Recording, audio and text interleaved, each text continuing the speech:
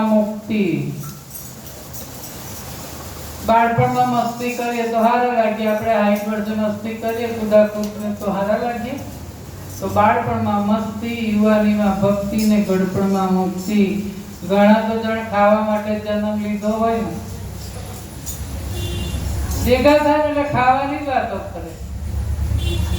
રાયપુરના ભજીયા હારા અને લક્ષ્મીના ગાંઠિયા હારા, ચંદ્રવિલાસના ફાફડા હારા, કર્ણાવતી દાબેલી હારી, હે વડાપાઉં.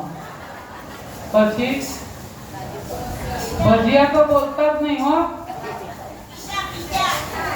કારણ કે ભજીયા ભગત ને બહુ ભાવે. પછી બેઠા બેઠા ભજીયા નાખશે. ભગત, ભજન અને ભજીયા એક જ રાશિ આવે. સમજો? હા, અમાર બિંદુભાઈ ભજન કરીને જાય ને એટલે બધા રાયપુર લઈ જઈને ભજીયા ખવડાવે. બધા પછી મંડળ વાળાને જવા દેવા.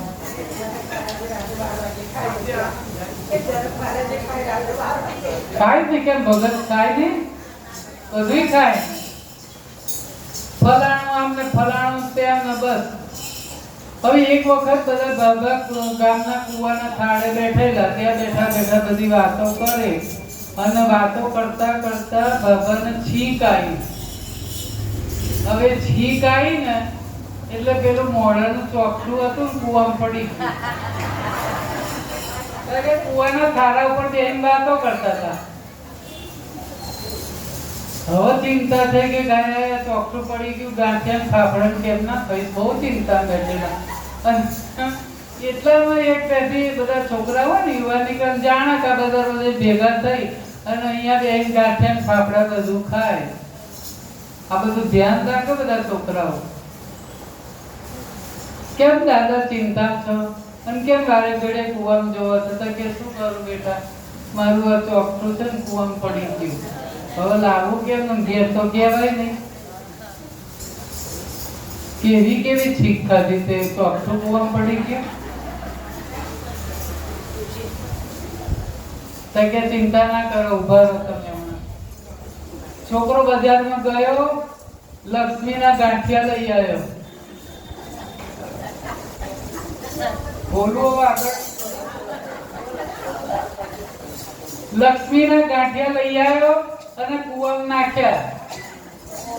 અને જેવા ગાંઠિયા નાખ્યા ને એવું પેલું ચોકઠું ઉપર આવ્યું.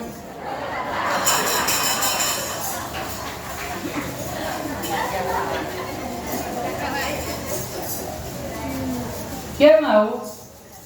તો કે મને ખબર છે તમે રોજ લક્ષ્મીના ગાંઠિયા ખાવ છો. હવે ચોકઠું ગાંઠિયાથી ટેવાઈ ગયું છે. ટેવ પાડી હતી એવી. હવે એક જણ ઊંઘી ગયો અને પોળું મોં રહી ગયું. પેલી વાત નહીં હો, ગઈ વખત કરી હતી. ચોમાસાનો ટાઈમ અને મોં પોળું રહી ગયું ઊંઘમાં અને મેં સાફ કરી ગયો. પેલા પેટમાં એટલું બધું દુખે, એટલું બધું દુખે. આ દવા કરે, પેલી દવા કરે, બહુ કરી પણ પેટમાં બહુ દુખે. પછી એક વૈદ્યના ત્યાં લઈ ગયા. વૈદ્યજી કે કંઈક કરો બાપા, મારો છોકરો છે પેટમાં એને બહુ દુખે, બહુ જ રડે છે, આખી રાત ઊંઘતો નથી, દિવસે આમથી તેમ ફરે, શું કરું? વૈદ્ય કહ્યું કે 100 ગ્રામ રેવડી 100 ગ્રામ દાળિયા લઈ આવો.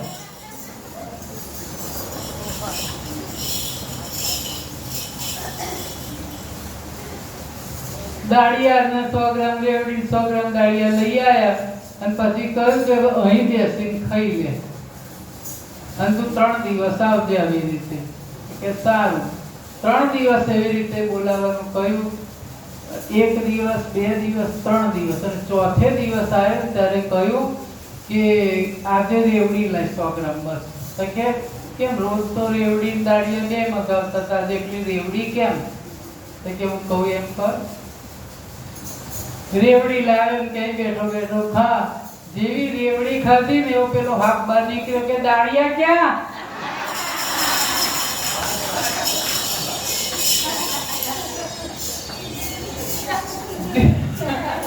જેવું મોઢું બહાર કાઢ્યું સાંઠા વારે પકડી લીધો સાપને.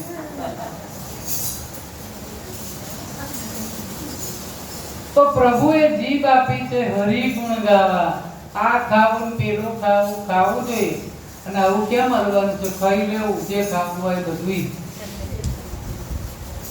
વણેલા ગાંઠિયા ખાવા હોય તો ખાઈ લેવાના. ઉપર કશું મળવાનું નથી, પછી નથી મળવાનું કશું. તો પણ સાત્વિક ખોરાક ખાવા. હૃદય મંદિરમાં સર્વેશ્વરની મૂર્તિનું સ્થાપન થયેલું છે. એટલે ગમે તે ખાવું, ગમે તે પીવું એ પ્રભુને નથી ગમતું. જેમ આપણે આગળનું સ્વચ્છ રાખીએ છીએ ને એવું અંદરનું હૃદય સ્વચ્છ રાખવાનું છે. કે મારા વાલા શ્યામ મોરારી રે